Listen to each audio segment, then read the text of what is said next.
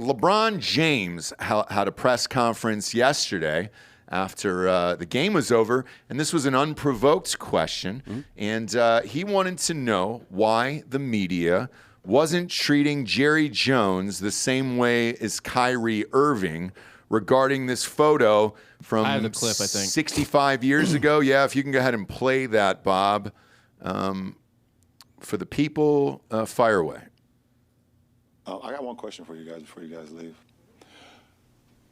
I was thinking when I was on my way over here, I was wondering why I haven't gotten a question from you guys about the Jerry Jones photo. But when the Kyrie thing was going on, you guys were quick to ask us questions about that. Okay. Hold on. And I don't even want you guys to say nothing. But you had a when question. I watched Kyrie talk, and he says, I know who I am, but I want to keep the same energy when we're talking about my people and the things that we've been through. And that Jerry Jones photo is one of those moments that our people, black people, have been through in America. And I feel like as a black man, as a black athlete, as someone with power and a platform, when we do something wrong or something that people don't agree with, it's on every single tabloid, every single news coverage. It's on the bottom ticker. It's asked about every single day.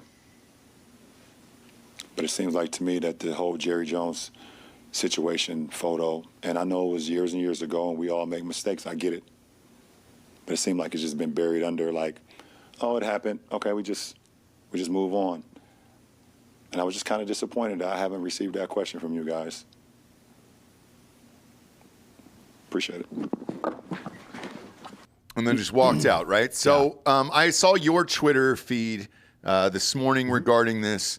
And Bob, if you could pull up the photo of Jerry Jones, I believe it was from 65 years ago, if I'm correct. Yes, you are correct. And he was 14 years old. Am I also correct on that?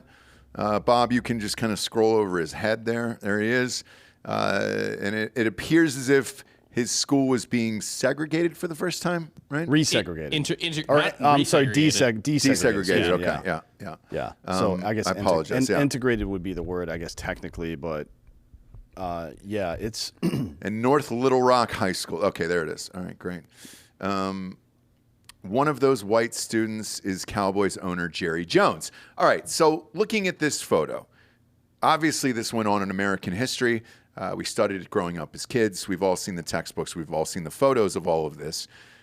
It doesn't appear that he's doing anything malicious other than looking on right now at the school that he's currently going to. Mm-hmm. What's he supposed to say for this? One. Two, do you know how many black people he's made fucking rich over the years? Yeah, sure. I don't know that I would say he's made black people rich. They've had a very mutually beneficial relationship. Yes. Right? But if he could have just drafted white players if he wanted to. No, he couldn't. I mean, not and win, right? No, he definitely could not. He's not going to win without Leon Lett, Emmitt Smith, and Michael Irvin. Let's be real about that. But yeah, I mean, certainly.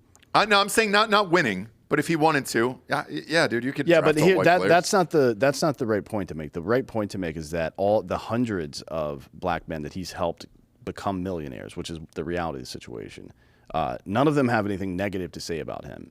So it's one thing. It's one thing to show a photo like Jay Williams is talking about it on ESPN this morning about how he wants an apology, right? Well, no, he wants not an apology. No, what Jay Williams is. I think what he said made sense. He said he wanted Jerry Jones to come out and say that racism is wrong and you don't endorse any of this stuff, instead of saying I was just there because I was curious, which is what Jerry Jones did have to say about that photo, which is a bizarre thing to say, frankly.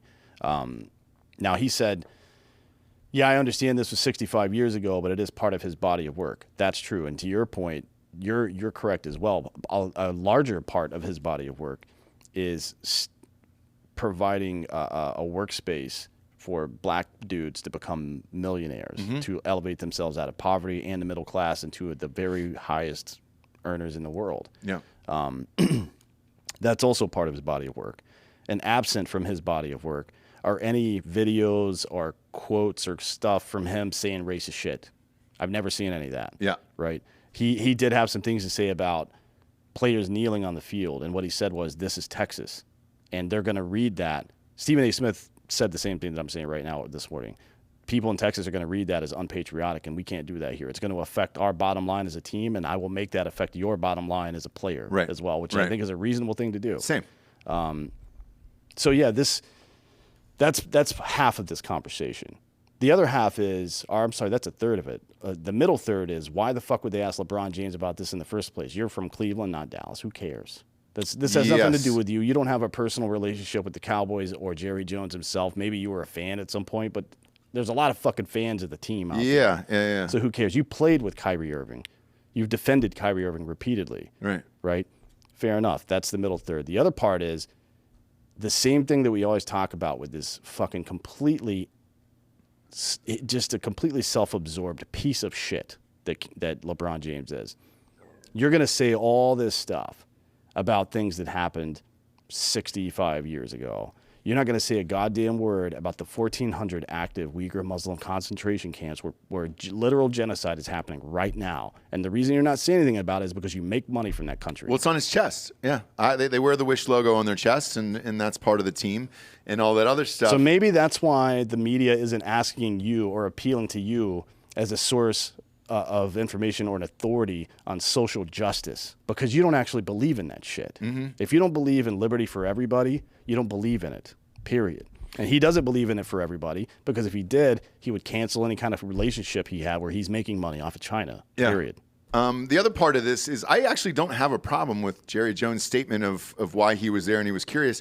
If a bunch of news reporters, like in this photo, showed up outside the school there, causing a commotion about something that was going in, every kid would walk out there. Every single kid would do the same thing. I don't have a problem with him saying he was there because he was curious, but it is very easy for Jerry Jones to say, and it costs him nothing to say, I'm against what happened there. That seems like a very obvious thing to add onto the end. I went there as a child because I was curious about what was happening. Obviously, I don't support any of that bullshit. Right. Like, I have deep, long relationships, both personal and business, with black people. Yeah. And they don't have anything negative to say about me. None of the ones that know me have anything negative to say about me. Yep. And fucking go interview them. Ask them if I've ever said anything out of pocket to them or treated them poorly. I think the reason he didn't is it should be so obvious that why would you have to reinforce?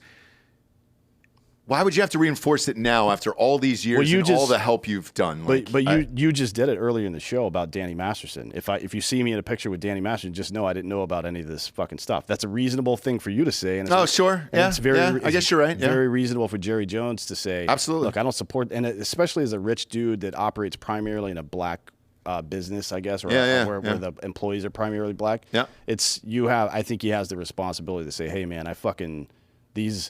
You can choose who your fucking people are, your family, whomever else.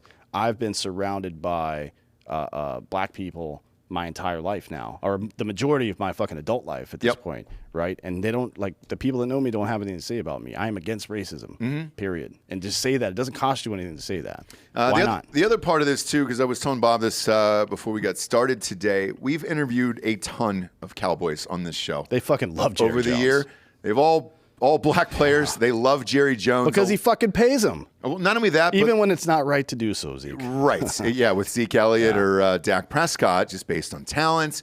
But the last one we had was Tank Lawrence. Yeah. Last player we had on the show was Tank Lawrence. So even with Tank, when we got the call, he said, hey, we're going to switch this up and go to this other address. Jerry Jones found out about the interview, gave us access to his personal steakhouse for Tank Lawrence to go to do the interview, for everything else. And I asked Tank before the interview started, I said, does Jerry Jones do this shit all the time? And he goes, all the time. And he goes, dude, if you want advice about finances, about business, about anything, he will literally go to any length to help you out. And he goes, he's the best. And every single player, Michael Irvin included, I said, he is the best, dude.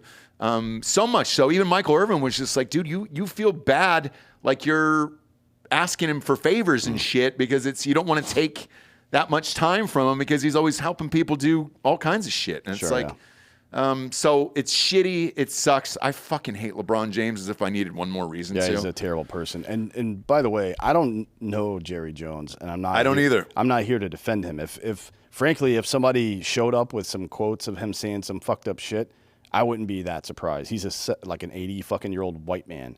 Who clearly grew up in some tumultuous times around race and probably carried some of that into his adult life. You would like to think that he's gotten over that and made amends if he had done anything, or that his positions on these things have changed and become more modern or whatever the fuck. But I don't know. How the fuck do I know? But what I do know is there's an absence of evidence of him being a racist.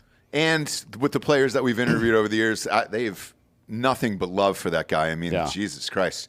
He's a hero. Yeah, BT Bates, Marcus Spears won't shut the fuck up about how much he loves Jerry. Any Cowboys player, especially every Cowboys player is like that. All of them love him. The ones from the 90s especially love that dude. Even the ones now, though, like Tank and those guys, they love him. But the guys who are in the media now, who are former players, gotcha. They never have a bad thing to say about that guy.